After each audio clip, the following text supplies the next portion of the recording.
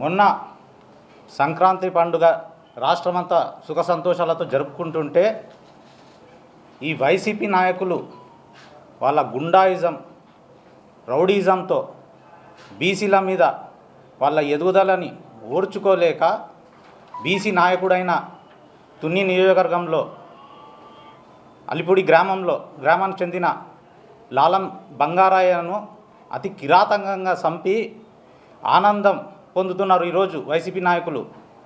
వీళ్ళకి రాజకీయంగా దూరమైన వాళ్ళ నాయకుడు జగన్మోహన్ రెడ్డి రాజకీయ పదవి దూరం అయినా కానీ ఆయనలో ఉన్న లోపల ఉన్న రాక్షసత్వం ఇంకా పోవడం లేదు. అది ఆ పదవి వ్యామోహంలో అలాగే ఉండి ఈ బీసీల మీద ఓర్వలేక ఈరోజు ఎక్కడ చూసినా బీసీల మీద, ఎస్సీల మీద, ఎస్టీల మీద ఎక్కడ చూసినా అన్యాయాలు, రౌడీజం, అలాగే మర్డర్లు చేపియడం, రప్ప నరకడం. వాళ్ళ కార్యకర్తలకి ఆ స్లోగాన్ ఇస్తున్నాడు, రప్ప నరుకుతామని స్లోగాన్ పిచ్చి పంపించడం జరుగుతుంది. అదేవిధంగా మనం చూస్తున్నాం, పండగ జరుపుకుంటుంటే ఇంత కిరాతకంగా చంపడం అనేది రాష్ట్ర ప్రజలందరూ చూస్తున్నారు. ఈ వైసీపీ పాలన చూస్తుంటే అందరికీ భయం అవుతుంది.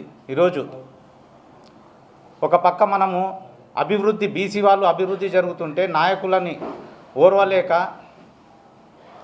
మొన్న ఇంతకుముందు గతంలో కానీ మనం చూసినాం, ఇదే సొంత జిల్లా ప్రొద్దుటూరులో కానీ ఆయన ఒక బీసీ చేనేత వర్గానికి చెందిన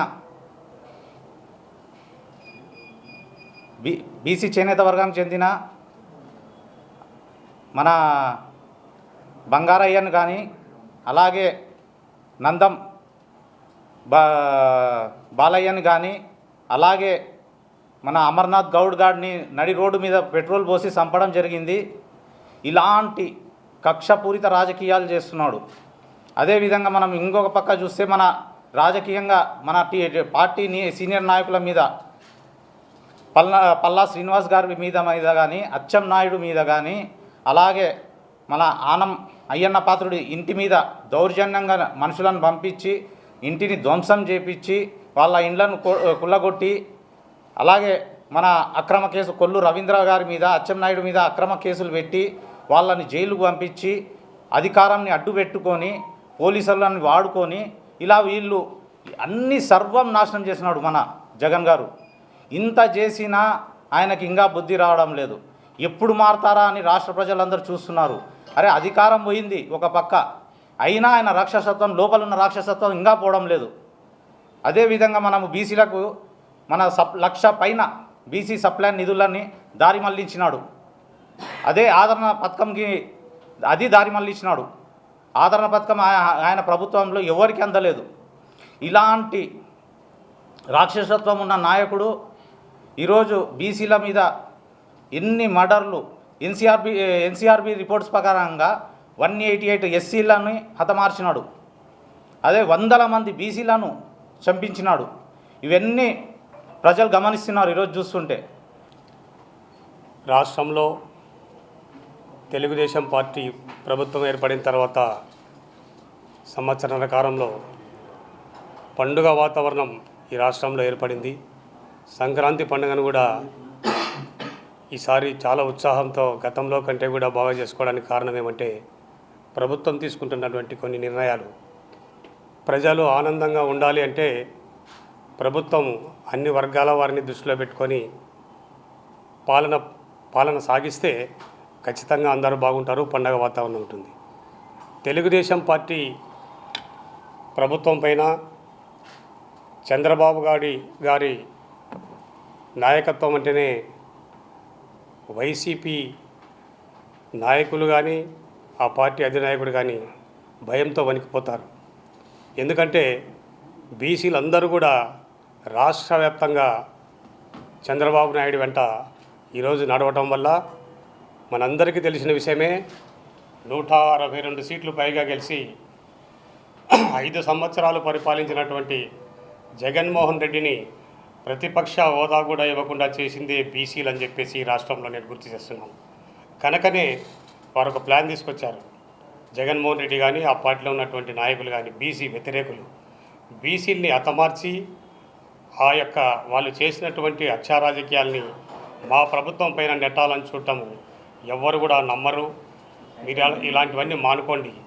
మీరు గతంలో కూడా మీ ప్రభుత్వ పాలనలో మా నాయకులు బీసీ అధినాయకులైనటువంటి పల్లా శ్రీనివాస్ గారు కానీ సబ్బం హరిని కానీ ఇల్లు కూలగొట్టడం, వాళ్ళ ఆస్తులు జప్తు చేసుకోవడం ఇవన్నీ కూడా చేసినందువల్లనే ఈ రాష్ట్రంలో బీసీలు మీకు బుద్ధి చెప్పినారు.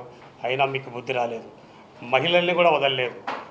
ఒక బీసీ అబ్బాయి మీ పార్టీ యొక్క కిరాయి అంతకులు, కిరాయి రౌడీలు అవమానిస్తుంటే మా అక్కను మీరు ఎందుకు ఇలా చేస్తున్నారని చెప్తే ఒక బీసీ బాలుని, మైనారిటీ బాలుని పెట్రోల్ పోసి అంటబెట్టినటువంటి చరిత్ర మీది. మీరు బీసీల మీద ప్రేమ చెప్తున్నారంటే అది కేవలం మీరు ప్రజల్ని మభ్యపెట్టే విధానం తప్ప. ఇట్లాంటివి మానుకోండి. ఎప్పుడు కూడా ఈ రాష్ట్ర ప్రభుత్వం కానీ చంద్రబాబు నాయుడు గారు కానీ మా నాయకులు కానీ బీసీలకు అండగా ఉంటారు.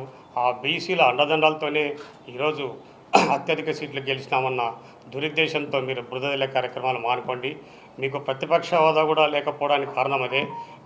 అసలు మీరు ఎందుకు అసెంబ్లీకి రావడం లేదు? మిమ్మల్ని 11 మందిని గెలిపించింది ఇటువంటి సమస్యలు నిజమే అయితే మీరు అసెంబ్లీలో గలమిప్పండి, ప్రజలకు తెలియజేయండి, ప్రభుత్వం చేస్తున్నటువంటి పొరపాట్లు చెప్పండి.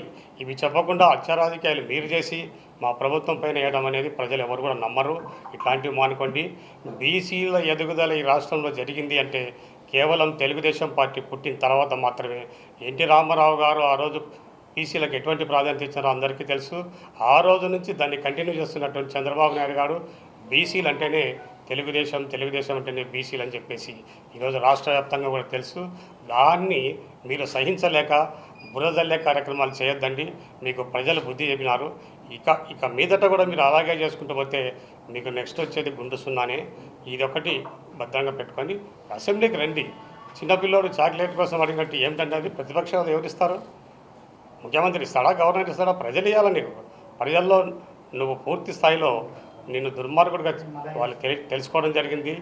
అది మానుకొని ఇటువంటి బురదల్లే కార్యక్రమాలు మానుకొని సమస్యల మీద మీరు గలం ఇప్పండి. నిజమైనటువంటి సమస్యలు అయితే మా చంద్రబాబు నాయుడు గారు కానీ మా ప్రభుత్వం కానీ ఖచ్చితంగా పరిష్కరిస్తామని చెప్పేసి ఈ సందర్భంగా తెలియజేస్తాం.